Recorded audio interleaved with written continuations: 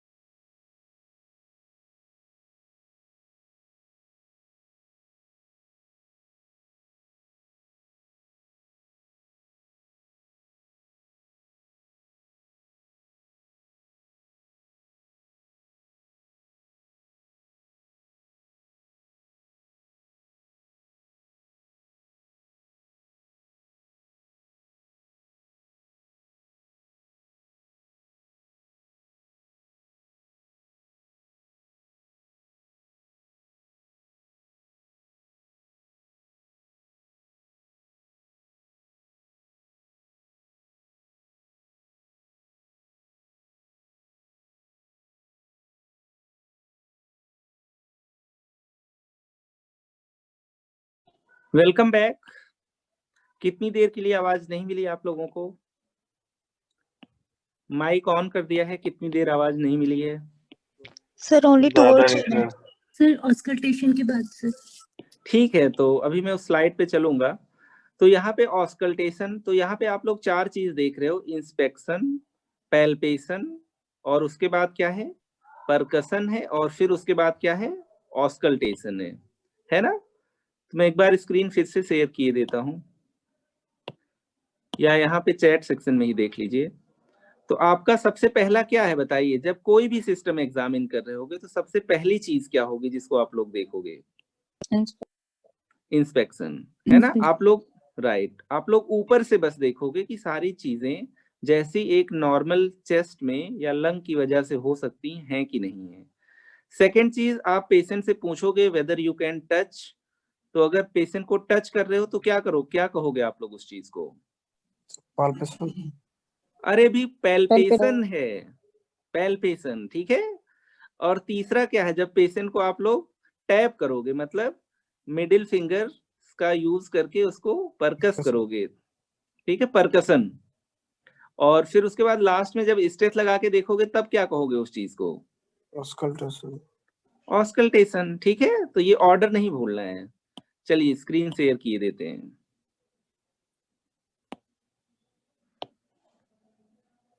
थक जाता है नेटवर्क, क्या किया जाए।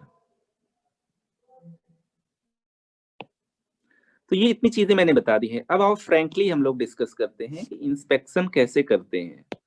अब ये नहीं लिख रहे हैं इंस्पेक्शन ऑफ रेस्पिरेटरी सिस्टम, हम लोग इंस्पेक्शन पढ़ रहे हैं और सिस्टम पढ़ रहे हैं रेस्पिरेटरी सिस्टम। इंस्पेक्शन, तो इंस्पेक्शन में हम लोग कहेंगे सिंपली पेशेंट को एक्सपोज करेंगे, simply expose the chest of patient and observe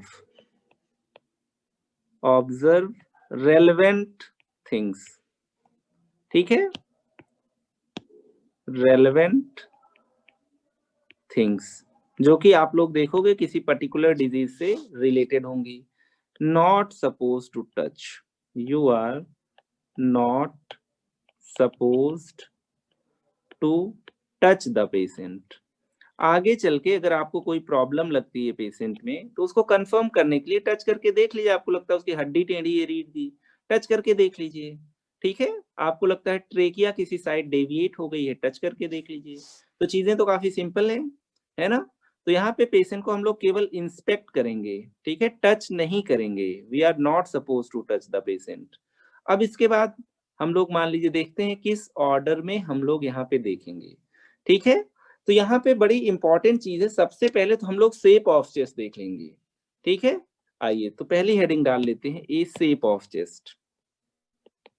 shape of chest में काफी प्रॉब्लम्स मिल सकती हैं, shape and symmetry of the chest, ठीक है। अगर किसी को चेस्ट की कोई प्रॉब्लम है, रेस्पिरेटरी सिस्टम की कोई प्रॉब्लम है, तो हो सकता है उसके चेस्ट का भी शेप चेंज हो जाए। जैसे यहाँ पे सबसे ऊपर हम लोग लिखते हैं, जब भी शेप की बात करते हैं तो एक चीज होती है पेस कैरिनेटम। पेस कैरिनेटम मतलब चेस्ट आगे की तरफ चला जाता है, जिसको हम लोग और कहते हैं पिजन चेस्ट, ठीक है। शायद माइक ऑन रह गया है लेकिन कोई लोग बोलो नहीं प्लीज, ठीक है, वरना को होस्ट निकाल देंगे पूरे लेक्चर से ही। तो यहाँ पे हम लोग बात कर रहे हैं पिजन चेस्ट। पिजन की स्पेलिंग मैं सही कर लेता हूं, पिजन चेस्ट। और सेकेंड चीज हम लोग कहते हैं जो बड़ा ही इंपॉर्टेंट है, पेस कैरिनेटम हो गया, दूसरी चीज है पेस एक्सकेवेटम। पेस एक्सकेवेटम, ठीक है, इसका नाम होता है funnel chest. Funnel chest, funnel तुम लोग समझते होगे, या इसी को कहते हैं कॉबलर्स चेस्ट, मोची। तो यहाँ पे पेस कैरिनेटम, पेस एक्सकेवेटम, पेस की जगह हम लोग पेक्टस भी लिखते हैं, पेक्टस कैरिनेटम या पेक्टस एक्सकेवेटम, ठीक है। आइए देख लेते हैं ये दो चीज, उसके बाद और आगे चलते हैं। जैसे मान लीजिए ये आपको डायग्राम यहाँ से मिल जा रहा है, ये डायग्राम, यहाँ पे एक में आप देख पा रहे हो कि जो स्टर्नम है पर्टिकुलरली वो सामने की तरफ बल्जिंग है। जो यहाँ चेस्ट में आपकी ब्रेस्ट बोन होती है ये स्टर्नम है, ठीक है, जो आप लोग अपनी बोन सबसे स्ट्रांगली फील कर पा रहे हो।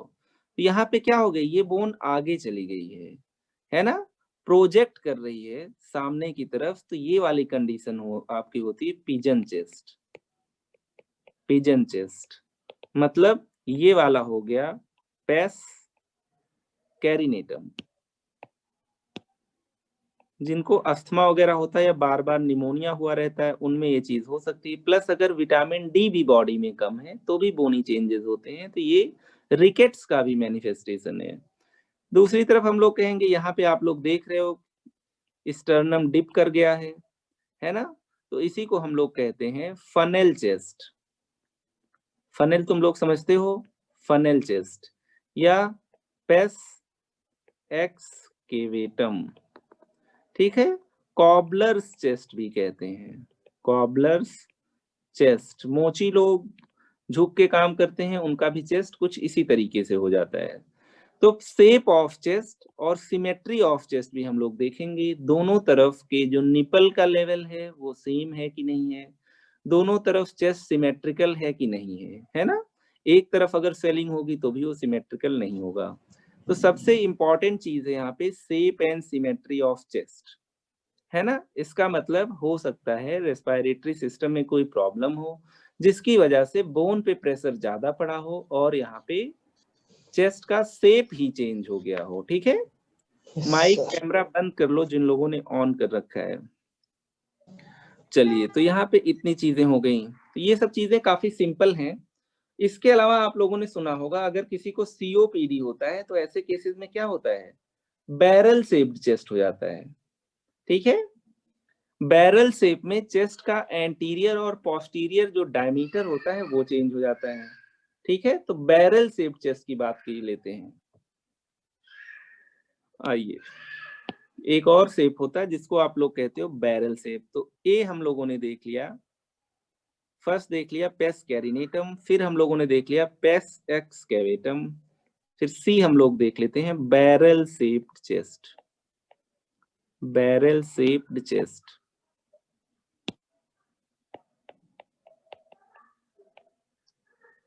ठीक है। ये आपका होता है सीओपीडी में। कुछ लोग बहुत फूंकते हैं, ठीक है, तो ऐसे लोगों में रेस्पिरेटरी डिजीज हो जाती है सीओपीडी, जिसको आप लोग कहते हो क्रॉनिक ऑब्स्ट्रक्टिव पल्मोनरी डिजीज, ठीक है। तो ये आपका साइन होता है। अगर किसी के चेस्ट का शेप बैरल शेप हो जाए तो हम लोग कहते हैं ये आपका सीओपीडी का मरीज है, ठीक।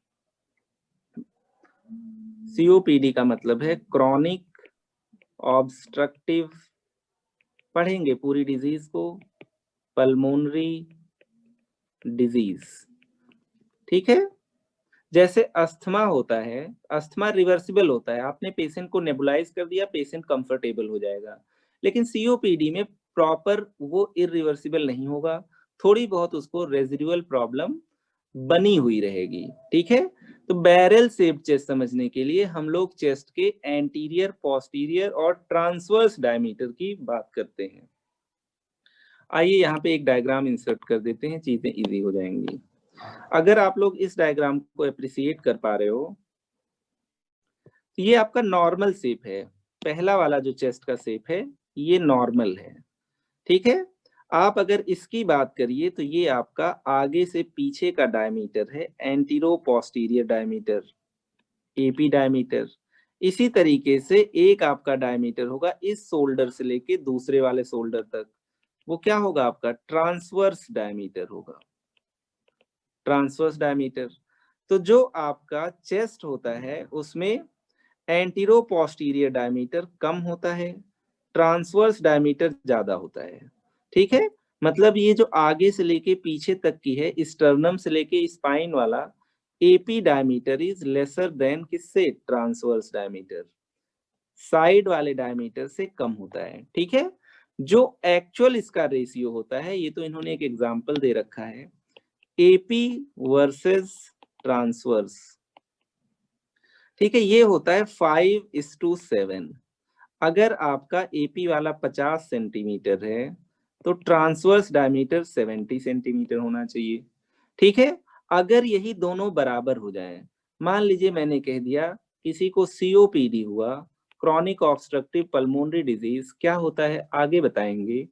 तो ऐसे केसेस में आपका हो सकता है एपी और ट्रांसवर्स क्या हो जाए, बराबर हो जाए। यहाँ पे मैं कहूंगा 1:1 हो गया, मैंने कह दिया दोनों आपके 60 सेंटीमीटर के हो गए। तो बैरल, जैसे तुम लोगों ने बंदूक की नली देखी होगी तो क्या होता है, वो राउंडेड होता है। ठीक है, तो एक तरीके से राउंडेड चेस्ट हो जाता है, बैरल शेप चेस्ट हो जाता है। ये आपका डायग्नोस्टिक फीचर है, किसका डायग्नोस्टिक फीचर है, ये आपके सीओपीडी का, क्रॉनिक ऑब्स्ट्रक्टिव पल्मोनरी डिजीज का। काफी सिंपल है।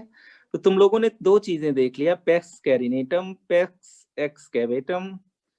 एक को पिजन शेप्ड चेस्ट मिला था, दूसरे में कॉबलर चेस्ट या फनल शेप्ड चेस्ट, और फिर उसके बाद दूसरी डिजीज देखी जिसमें एंटीरो पोस्टीरियर डायमीटर आपका डिस्टर्ब हो गया है। ठीक है, खासकर अगर एक्सपायरेशन आपका हैम्पर्ड है तो चेस्ट में एयर इकट्ठा होती जाती है और चेस्ट फूल जाता है, तो जो उसका एंटीरो पोस्टीरियर डायमीटर रहता है वो ट्रांसवर्स के बराबर चला जाता है। ये आपका बैरल चेस्ट है, और किस डिजीज को ये इंडिकेट करेगा, इंडिकेट करेगा क्रॉनिक ऑब्स्ट्रक्टिव पल्मोनरी डिजीज के। ठीक है, ये आपका नॉर्मल होता है जो मैंने बताया है 5:7 normal AP and transverse ratio. ये सब तुम लोग समझ गए होगे। ठीक है, अब एक चीज और, चेस्ट में अगर देखें, मान लो किसी को डिजीज है, मान लो किसी को चेस्ट इन्फेक्शन है, तो कोई भी डिजीज होगा तो बॉडी में उसका खाना पीना भी उतना अच्छा नहीं लगेगा, हो सकता है उसको साथ में विटामिन डी की भी डिफिशियंसी हो जाए। अगर विटामिन डी की डिफिशियंसी हो गई तो एक बड़ी इंपॉर्टेंट चीज मिलती है, रैकेटिक रोजरी। ठीक है, तो यहाँ पे हम लोग एक और चीज लिख लेते हैं, हम लोग इंस्पेक्शन में रैकेटिक रोजरी देख सकते हैं, रैकेटिक रोजरी। ठीक है, तो जो आपके रिब्स होते हैं उनमें कॉस्टोकॉन्ड्रल जंक्शंस होते हैं, मतलब बोन और कार्टिलेज के जंक्शंस होते हैं। अगर विटामिन डी डिफिशियंसी होता है तो ये जंक्शंस प्रोमिनेंट हो जाते हैं।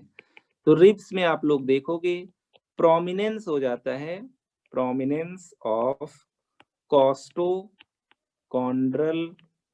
जंक्शंस। ठीक है, ये सब आप लोग पढ़ चुके होंगे। आपको रैकेटिक रोजरी का भी एक डायग्राम यहाँ पेस्ट कर देते हैं, ये वाला डायग्राम। ठीक है, ये जो आप लोग देख पा रहे हो दिस इज रैकेटिक रोजरी। ये चीज आप लोगों को दिख रही होगी, काफी प्रोमिनेंट है। You call it रैकेटिक rosary. ठीक है, इसका मतलब ये बीमार है भाई साहब, और इनकी बॉडी में विटामिन डी और कैल्शियम दोनों हो गए कम। तो इतनी सारी चीजें आप लोग देख सकते हो जब आप इंस्पेक्शन करते हो।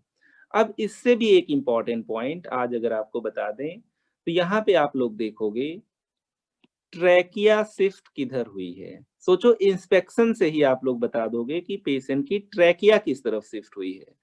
तो यहाँ पे ए हम लोगों ने देख लिया था, शेप एंड सिमेट्री। फिर उसके बाद बात कर लेते हैं बी, पोजीशन ऑफ ट्रैकिया। बहुत इंपॉर्टेंट पॉइंट है ये रेस्पिरेटरी सिस्टम के एग्जामिनेशन के लिहाज से। ठीक है, अगर मैं कहूं किसी का ये ट्रैकिया है, ये राइट ब्रोंकस है और ये लेफ्ट ब्रोंकस है, और यहीं पे पेशेंट का नेक बना देते हैं। ठीक है, ये पेशेंट का नेक है, ये नेक है, और ये आपका ट्रैकिया है। तो ट्रैकिया नेक में बिल्कुल सेंट्रल पोजीशन में होता है। ठीक है, अगर मैं कह दूं कि लंग में इस तरफ कोई प्रॉब्लम हो गई, मान लो लंग में यहाँ पे कोई प्रॉब्लम हो गई, ठीक है, तो ट्रैकिया ऑपोजिट साइड शिफ्ट हो जाएगी। ठीक है, क्योंकि इधर से आप लंग को पुश करोगे तो सब कुछ इस तरफ पुश्ड हो जाएगा। ठीक है, तो डिपेंड करता है कि लंग में क्या प्रॉब्लम है, हम लोग क्या डिजीज सस्पेक्ट कर रहे हैं, टीबी हो गया, कैंसर हो गया, निमोनिया हो गया, प्लूरल इफ्यूजन हो गया, न्यूमोथोरेक्स हो गया, क्या हो गया। तो हमें पोजीशन ऑफ ट्रैकिया से भी काफी हेल्प मिल जाती है कि लंग में क्या पैथोलॉजी हो रखी है, क्या डिजीज हो रखी है। ठीक है, तो trachea is ideally in central position. Ideally, trachea is in central position. नेक में जो ट्रेकिया की पोजीशन होती है वो बिल्कुल सेंटर में होती है, लेकिन अगर किसी को चेस्ट की कोई प्रॉब्लम है तो हो सकता है ट्रेकिया किसी पर्टिकुलर साइड डेविएट हो जाए, है ना। तो हम लोग यही कहेंगे सेकेंड चीज, but in few respiratory diseases trachea में be shifted, trachea may be shifted to either left or right। ठीक है। अब अगर ये ट्रैकिया शिफ्ट हो रही है तो ट्रैकिया तो पूरा बाहर आके दिखेगी नहीं। ट्रैकिया के बगल में स्टर्नोक्लीडॉइड मसल होती है जिसका क्लेविकल वाला एंड प्रोमिनेंट हो जाता है और हम लोग इसी चीज को कहते हैं ट्रेल साइन। आइए एक डायग्राम दिखाते हैं, ये बहुत इंपॉर्टेंट है इंस्पेक्शन की फाइंडिंग।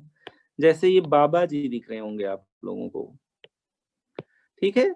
तो बाबा जी में आप लोग देख पा रहे होंगे ये स्टर्नोक्लीडोमास्टोइड मसल है, ये वाली जो मसल प्रोमिनेंट दिख रही है दिस इज स्टर्नोक्लीडोमास्टोइड। सब लोग पढ़े होंगे एनाटॉमी, सबको बहुत आती है, मुझे पता है, ठीक है। तो यहाँ पे देखो जो राइट वाली स्टर्नोक्लीडोमास्टोइड है ज्यादा प्रोमिनेंट है, राइट स्टर्नोक्लीडो। इसी के बराबर में ये लेफ्ट वाली स्टर्नोक्लीडोमास्टोइड है, लेकिन लेफ्ट वाली ज्यादा प्रोमिनेंट नहीं है। इसका मतलब यहाँ पे ट्रैकिया है और ट्रैकिया इधर शिफ्ट हो गई है इस तरफ, और जब ये शिफ्ट होगी तो उस तरफ के स्टर्नोक्लीडोमास्टोइड को क्या करेगी, पुश कर देगी, वो थोड़ा सा बाहर की तरफ आ जाएगा। तो अगर एक तरफ ट्रैकिया शिफ्ट है इसका मतलब उस तरफ की स्टर्नोक्लीडोमास्टोइड मसल ज्यादा प्रोमिनेंट हो जाएगी, ठीक है। तो यहाँ पे मैं कह सकता हूं राइट स्टर्नोक्लीडोमास्टोइड मसल मोर प्रोमिनेंट। अगर ये राइट स्टर्नोक्लीडोमास्टोइड मसल ज्यादा प्रोमिनेंट हो जाएगी तो इसकी वजह से क्या होगा, क्यों ऐसा हुआ होगा, इट इंडिकेट्स क्या, डेविएशन ऑफ ट्रेकिया किधर, टुवर्ड्स राइट साइड। सिंपल है, इसका मतलब है जो ट्रैकिया है वो किधर शिफ्ट हो गई है, राइट साइड में, और जिसने आपके स्टर्नोक्लीडोमास्टोइड को भी क्या कर दिया है, थोड़ा सा प्रोजेक्ट कर दिया है बाहर की साइड। इसका मतलब लंग में किसी ना किसी साइड कोई प्रॉब्लम होगी, पैथोलॉजी होगी, डिजीज होगी जिससे ट्रैकिया और मीडियास्टिनम आपका राइट साइड पुश्ड हो गया है। इसी को आप लोग कहते हो known as trail sign, trails sign positive. आगे जब इंस्पेक्शन के बाद पैल्पेशन करोगे तो चीजों को कंफर्म करोगे। एक और डायग्राम देखो यहाँ पे,